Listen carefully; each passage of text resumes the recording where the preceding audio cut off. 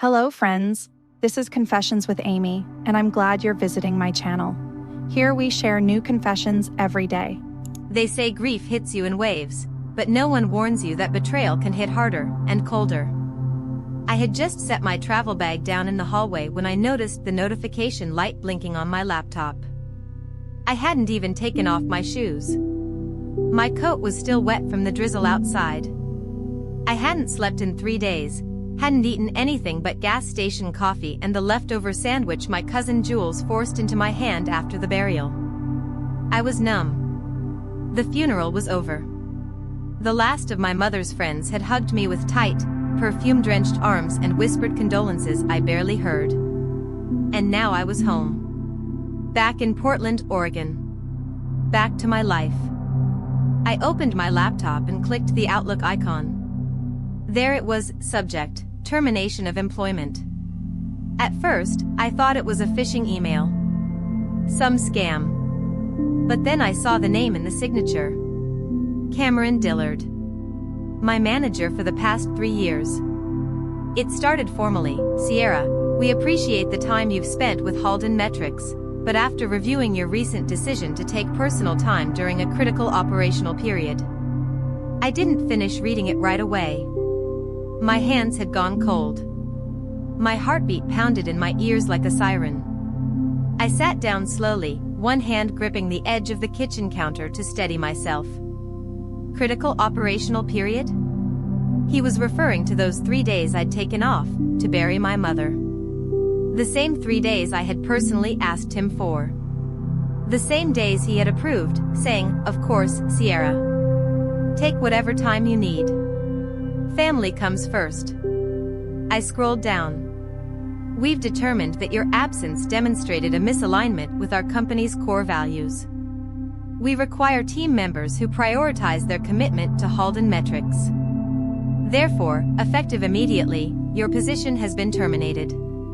No severance mentioned. Just a generic line about Cobra and final paycheck processing. That was it. No phone call. No warning. No conversation. Just an email waiting for me in the cold quiet of my apartment, minutes after I returned from the single most painful week of my life. I stared at the screen for a long time. Then I closed the laptop, took off my coat, and cried for the first time since Mom died. Not because of the job. Because this world doesn't stop. Not for death. Not for grief. And certainly not for someone like me. The next morning, I woke up before sunrise. It wasn't the usual buzzing of my alarm that stirred me, it was the silence. The kind of silence that settles in your chest like dust in an empty room. I sat in bed, staring at the ceiling fan spinning lazily above me, wondering how the world could still move when mine felt completely suspended. I checked my phone out of habit. No new messages. No missed calls. The only reminder of what had happened yesterday was the email, still sitting unread in my inbox, as if it were waiting for me to finally believe it. I didn't reply to Cameron. I didn't write HR. I didn't even tell anyone I'd been fired. Instead, I got dressed in sweatpants and my mom's old Portland State hoodie and walked 3 blocks to the corner cafe where she used to take me every Sunday as a kid, Marigold Coffee House. It smelled the same. Fresh beans. Pastries. Rain on concrete. A sense of normalcy I desperately needed. "Morning, Sierra," said Marcus, the barista who'd worked there since I was in high school. "Haven't seen you in a while."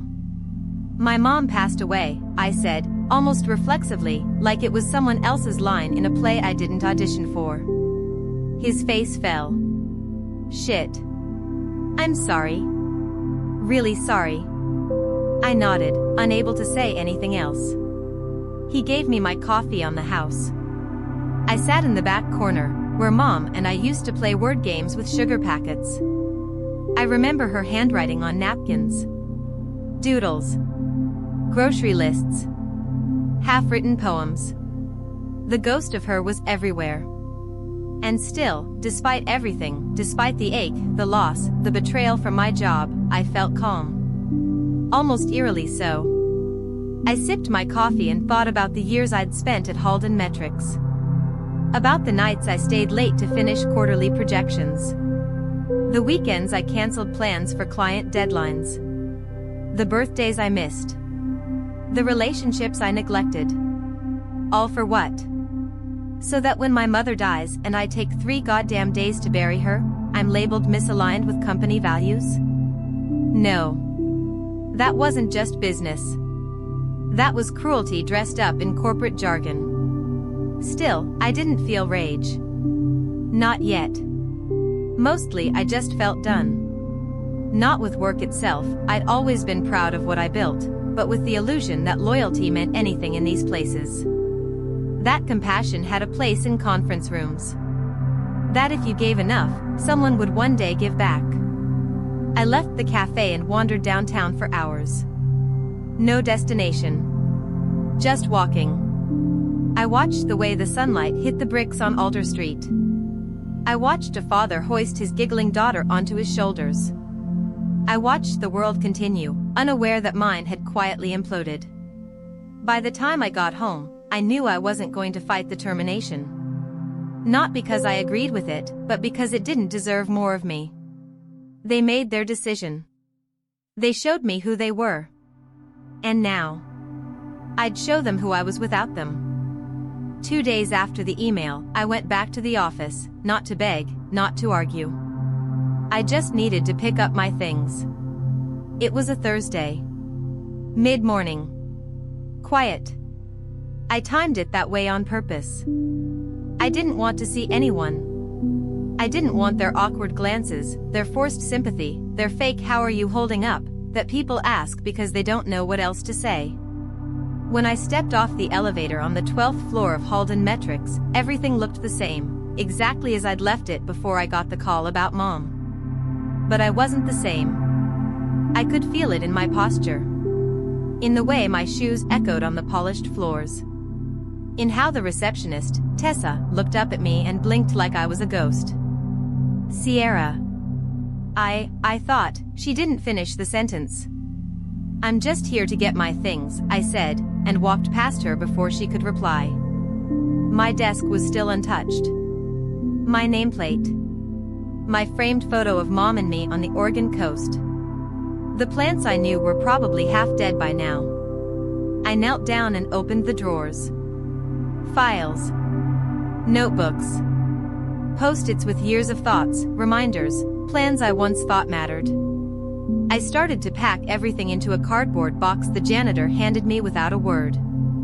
Need help, came a voice behind me. I turned. Derek, one of the junior analysts on my team, stood there, eyes full of hesitation. I'm good, I said flatly.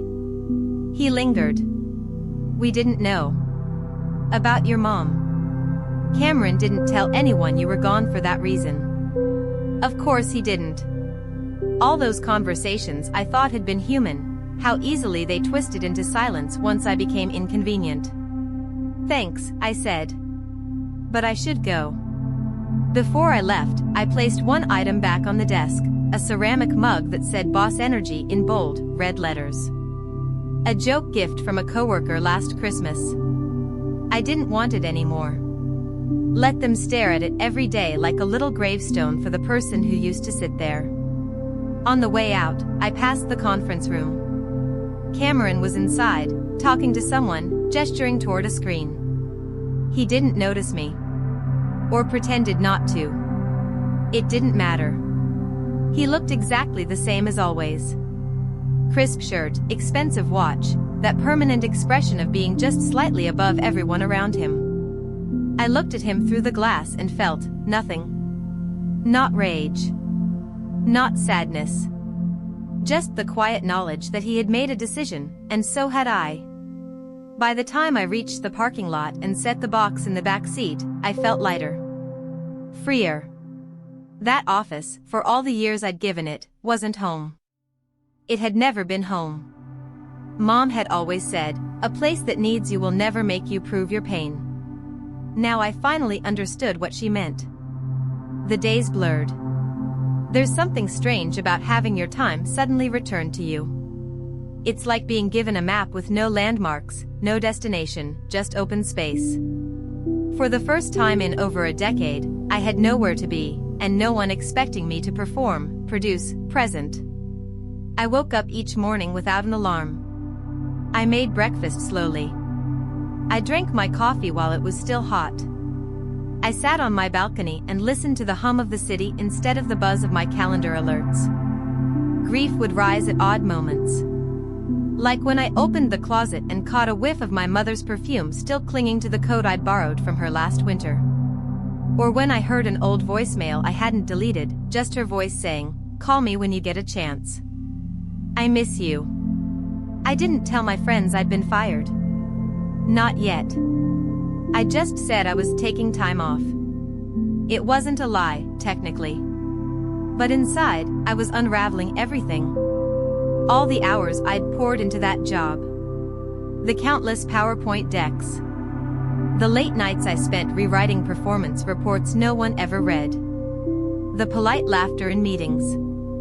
The office birthday cakes. The forced networking events. The women's leadership luncheons where we all pretended we didn't see the ceiling above us. And the loyalty I had mistaken for stability. One night, around 2 a.m., I opened my laptop again and reread the email. We require team members who prioritize their commitment to Halden metrics. The words felt even more hollow now.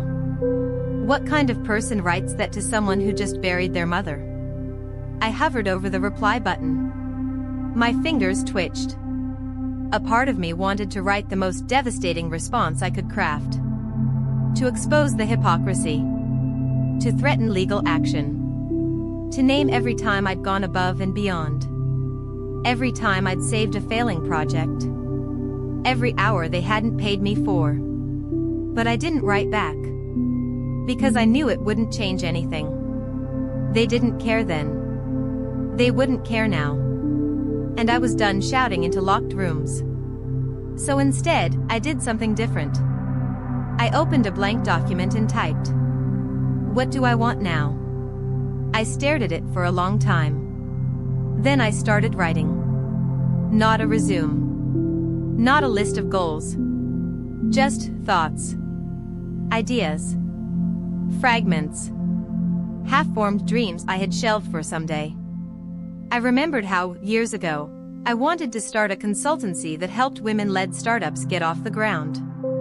I remembered how I used to write short stories in college, how I once dreamed of publishing.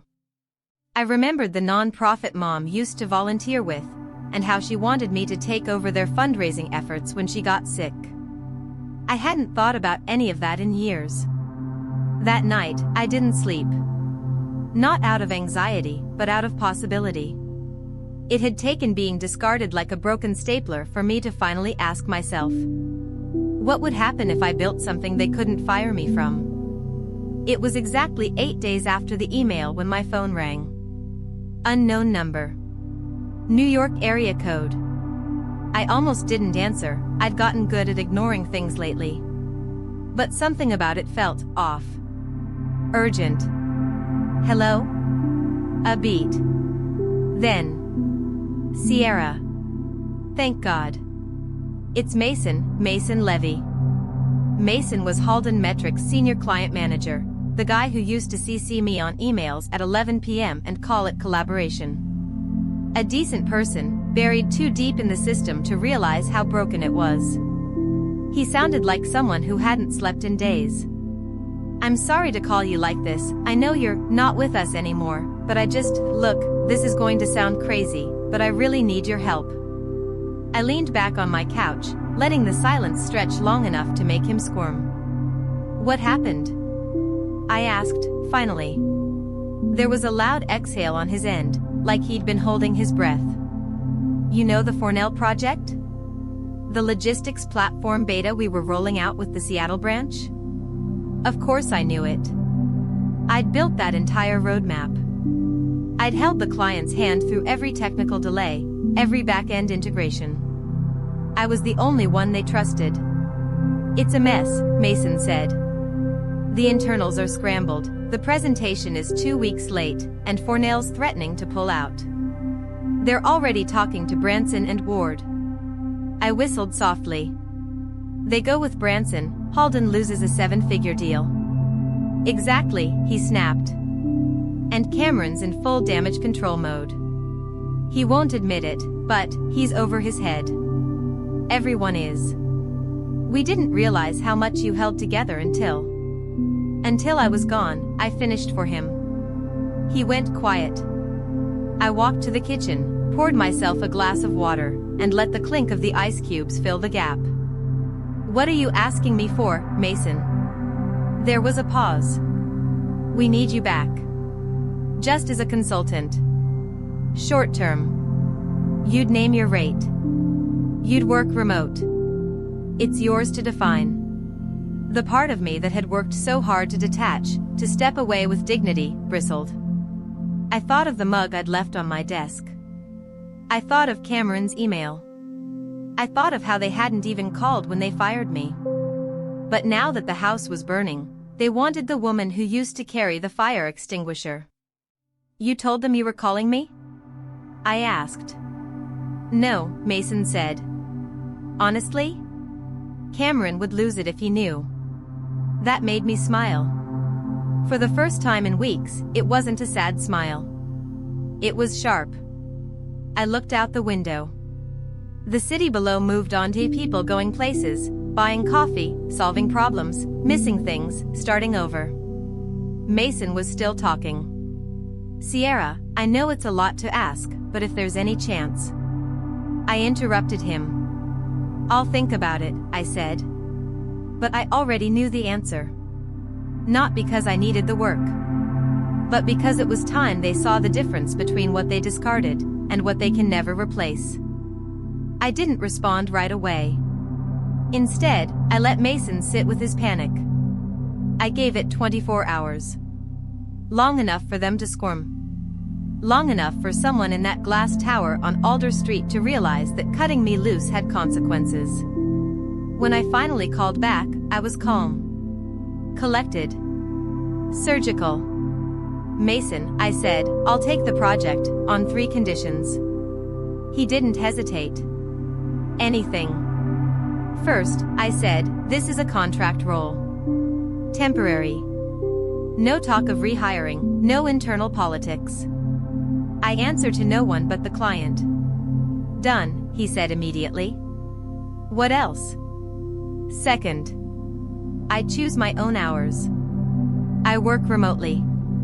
No meetings unless absolutely necessary. Fine. And third, I let that one hang, just long enough to feel it settle. $400 an hour. Retainer minimum, 40 hours. Dead silence. I could practically hear his heart rate spiking through the phone. 400, he repeated, like it was a foreign word. You want me to clean up the fire your boss set while I was at my mother's funeral? I said coldly. That's my grief tax. I expected pushback. Negotiation. Something. Instead, Mason said, I'll get it approved, and hung up. I stood there in the kitchen, staring at my reflection in the microwave door, a grin slowly spreading across my face. I wasn't just back. I was expensive. The contract came through 2 hours later. All approved. No red lines. Not even a polite could we discuss the rate? They were drowning, and I was the lifeboat they'd kicked into the sea just 1 week earlier. I reviewed the paperwork, signed it digitally, and replied with, I'll deliver the client strategy within 72 hours. Expect results. No status calls. They didn't argue. Not this time. That weekend, I sat at my desk with candles lit and jazz playing low in the background. Not because I needed the atmosphere, but because I could choose it. I opened a blank file and titled it Fornell, Salvage and Dominate. And I started working. But this time, I wasn't doing it for performance reviews or bonus points or Cameron's smug approval. I was doing it to remind them, and myself, what power actually looks like when it's not afraid of being polite. It didn't take long. 2 days after I sent the Fornell recovery plan, I got an email from the client directly. Sierra, this is exactly what we needed. I had serious doubts after the radio silence last week, but your plan puts us back on solid ground. Let me know when you're available for a briefing call. We'd prefer to continue with you leading this moving forward. I forwarded it to Mason with no comment. 20 minutes later, I got a call. Not from him. From Cameron. I stared at the caller ID for a full 10 seconds. Cameron Bowen, Halden Metrics. The last time we'd spoken, I was reading his little love letter informing me that my grief made me unfit for his spreadsheet kingdom. I let it ring twice before I picked up. Sierra, he said, his voice tight, professional, like he was trying not to sound too eager. Glad you're reachable. I'm reachable when I choose to be, I said. A pause. I could practically feel him trying to recalibrate. I saw the Fornell strategy. Very impressive. Of course it is. Another pause. He didn't know how to speak to this version of me. The one who didn't need him. The one who now billed more in a week than he made in a month. I think it would be valuable, he said, carefully, to discuss the possibility of reintegration. Perhaps in a leadership capacity. I may have overreacted during a time of shifting priorities. I let that sit there for a moment. Reintegration, I repeated. You mean, come back? Yes, he said. As director. Higher comp, full autonomy. We can clean the slate. I actually laughed. Quietly. A sharp, short sound. Cameron, I said. You fired me over a funeral. That's not, it wasn't personal. We had performance metrics. I had the highest client retention rate on the West Coast. That's true, but you didn't fire me for metrics. You fired me because my mother died and you didn't like how human I became. He went silent. Let me be clear, I continued. I'm not coming back. Not under you. Not under your broken culture. Sierra, he said, trying to recover. You're emotional. That word. That one, magic, trigger word. I'm expensive, I corrected. Not emotional. You don't get to confuse the two anymore. I ended the call. No goodbye. Later that week, I had a Zoom briefing with the Fornell exec team. As I logged on, I saw Cameron in one of the side tiles, eyes wide when my name popped up. He hadn't been told I'd be leading. Hi, everyone, I said, all business. Sierra Morgan, Independent Strategy Lead. Let's begin. And we did. He didn't say a word for the entire meeting. I barely looked at him. But when I did glance his way for one brief moment, I saw something that satisfied me more than revenge ever could. Fear. Not of me. But of what I had become when I stopped shrinking to fit inside his comfort zone. The day the Fornell contract officially closed, I didn't open champagne. I didn't post a triumphant LinkedIn essay. I didn't call anyone to gloat. I just sat in my living room with the windows open and let the spring air drift in. The city was alive outside, sirens, dogs, distant laughter, and I felt like I was breathing fully for the first time in years. I had walked away from the wreckage. Then they called me back. And this time, I didn't beg to stay. I named my price. I delivered. And I walked away again. Not because I had to. Because I chose to.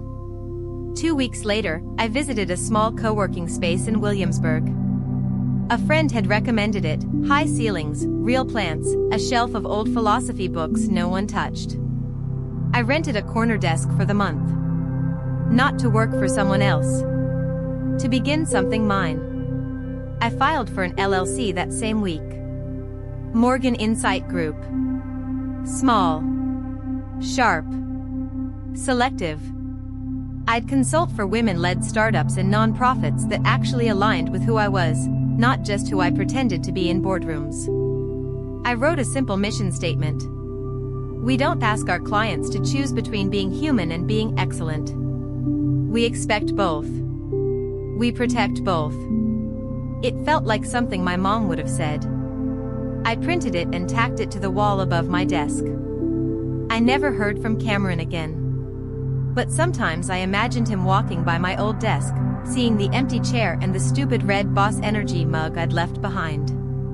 Maybe he wondered if he'd made a mistake. Maybe not. It didn't matter. I didn't need closure from him. I wasn't waiting for apologies, or back pay, or retroactive respect. The only closure I ever needed came from the moment I realized. They didn't end my story. They just ended their chapter in it. Now, when someone asks what I do, I don't say, I used to work at Halden Metrics. I say, I help people who do real work build things that last. And every time I say it, it feels like coming home. To myself.